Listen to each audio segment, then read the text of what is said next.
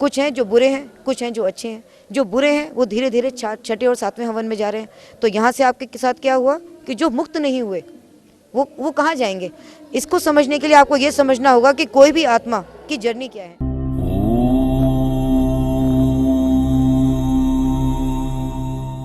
की जर्नी क्या है। आत्मा जब अपने कर्म बंधन को टाई अप कर लेती है तब वो अपनी निराकार स्वरूप के पास चली जाती है। जैसे हमारे बाबा जी चले गए, बाबा क्या बन गए, निराकार स्वरूप। आत्मा भी ओरिजिनली निराकार ही है। तो निराकार से आकार और आकार से साकार में हम फिजिकल बॉडी में आए। तो जब वो तभी होगा जब कर्म बंधन पूरे हो जाएंगे। यदि कर्म बंधन पूरे ना हुए तो क्या है, हम सिद्ध योगी हों, चाहे हम कोई एक लोअर काम करने वाले हों, उसे इस ब्रह्मांड में ही भ्रमण करना है ना। तो यही जेनेटिक्स का बेसिस है।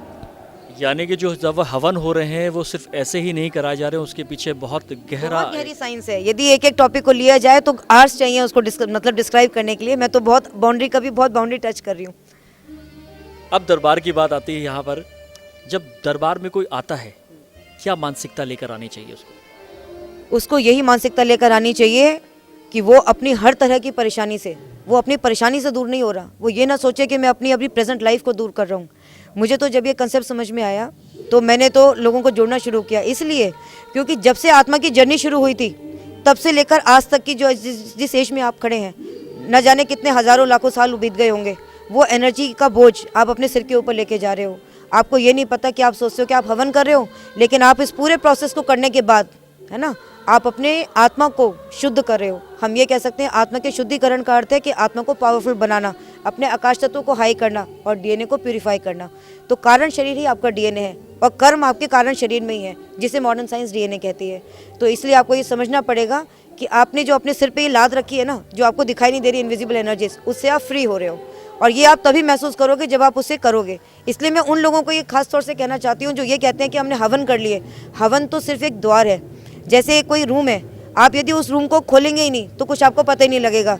तो बस आप ये समझिए कि आप डोर को ओपन किया, आपने चाबी लगाई, लेकिन अभी आपको डोर को ओपन करना है, उसके अंदर जाके उसके अंदर की साइंस को समझना है, फिर आपको पता लगेगा कि आप प्यूरिफाई कैसे हुए। तो जो भी ऐसा समझता है, मैं तो बल्कि इस दरबार से यही कहूँगी कि जो भी लोग गए, जिन्होंने 5 हवन करने के बाद घर पे बैठे, 7 हवन करने के बाद घर पे बैठे, 8 हवन करने के बाद भी घर पे बैठे और लोगों से नकारात्मकता कहते रहे, उनको ये समझना होगा कि आप नेगेटिव एनर्जी के उसी डेप्थ में मत जाइए, है ना। Just come forward. जैसे मैंने अभी ब्लैक मैजिक से बहुत कुछ सीखा। मैंने ब्लैक मैजिक से ये सीखा कि ब्लैक मैजिक में क्यों एनर्जी निकल गई, मतलब that negative energy is there in the whole body, because blood is flowing in the whole body. आज कितनी सारी डिजीज हैं, थैलेसीमिया है, फैटल हीमोग्लोबिन है, डॉक्टर्स के पास कोई इलाज नहीं है। They will think they will replace the blood. आपको क्या पता जो ब्लड आप खून के रूप में डाल रहे हो वो प्यूरिफाई था या नहीं था। इसलिए आज मॉडर्न साइंस के पास इलाज नहीं है। लेकिन आप यदि अपने खुद के ब्लड को ही प्यूरिफाई कर लोगे, then you will heal yourself. वो तभी होगा कि जो नेगेटिव एनर्जीज आपके ब्लड के अंदर ये काले जादू में बंधी हुई हैं, तो वो एनर्जीज अब निकल जाएंगी तो आपका खुद का ब्लड प्यूरिफाई हो जाएगा। That is the difference in the modern science and that is the difference in the science which is taking place in that place.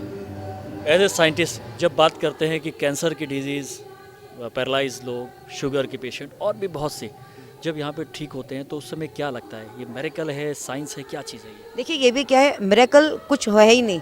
ये क्या है, वेल डिफाइंड साइंस है। आज हमें ये लगने लगता है क्योंकि हम तामसिक आत्मा, ज़्यादातर majority of the people are तामसिक आत्मा बन गए।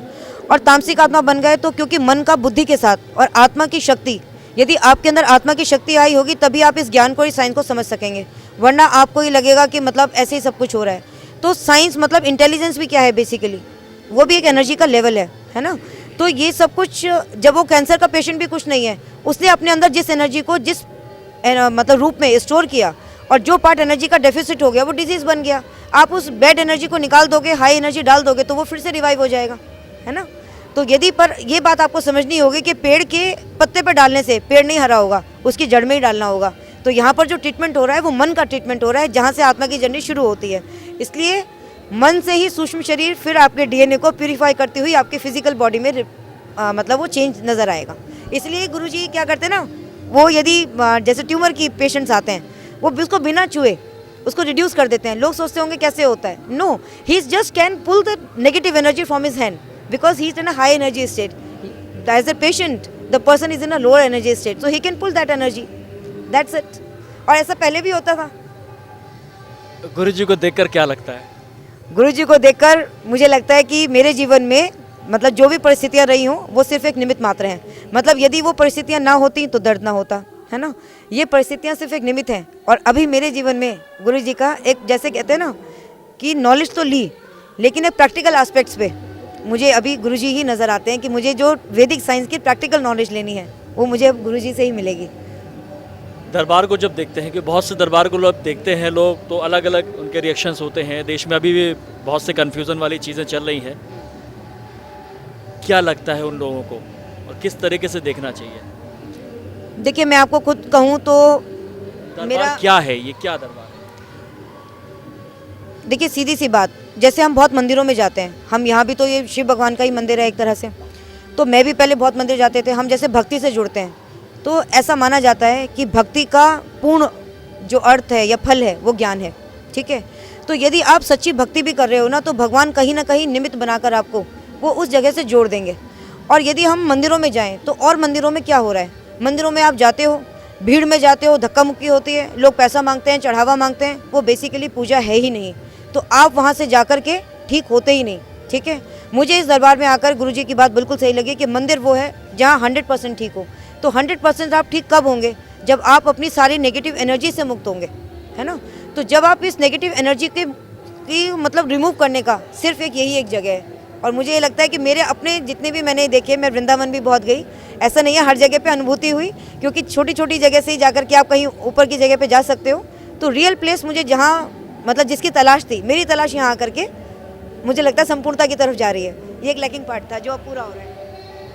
इंटरव्यू को बहुत ना बढ़ाते हुए गुरु जी को क्या कहना चाहती हैं?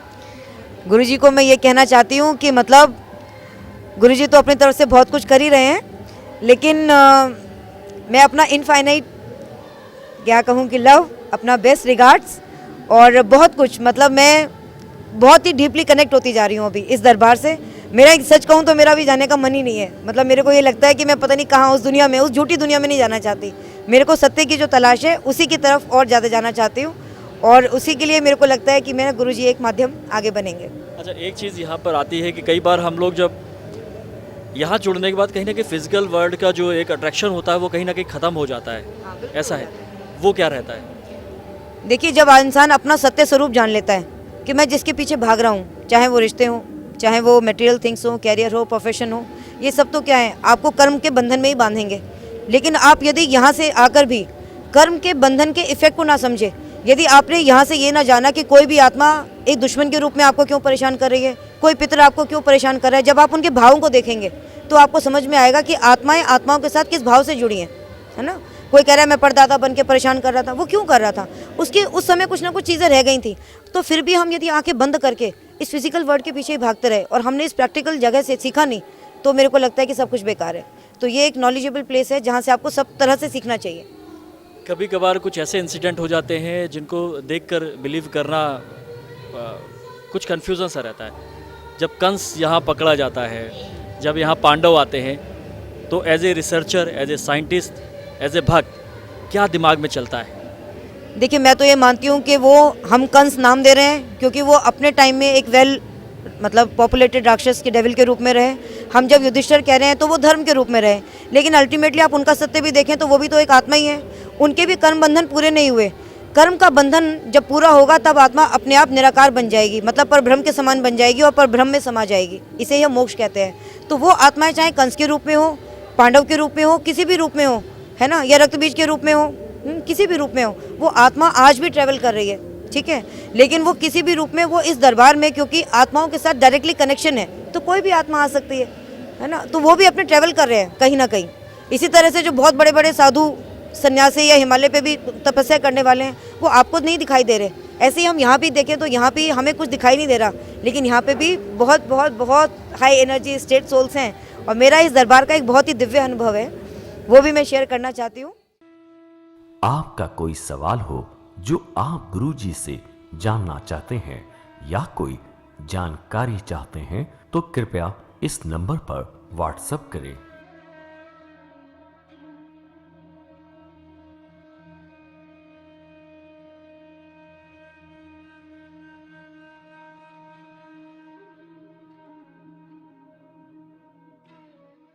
NW24 YouTube चैनल को देखें आप सब्सक्राइब करें, जिससे आप तक सभी वीडियो और जानकारी पहुंच सके। दिशा टीवी को अपने मोबाइल पर देखने के लिए गूगल प्ले स्टोर से दिशा टीवी ऐप को आज ही डाउनलोड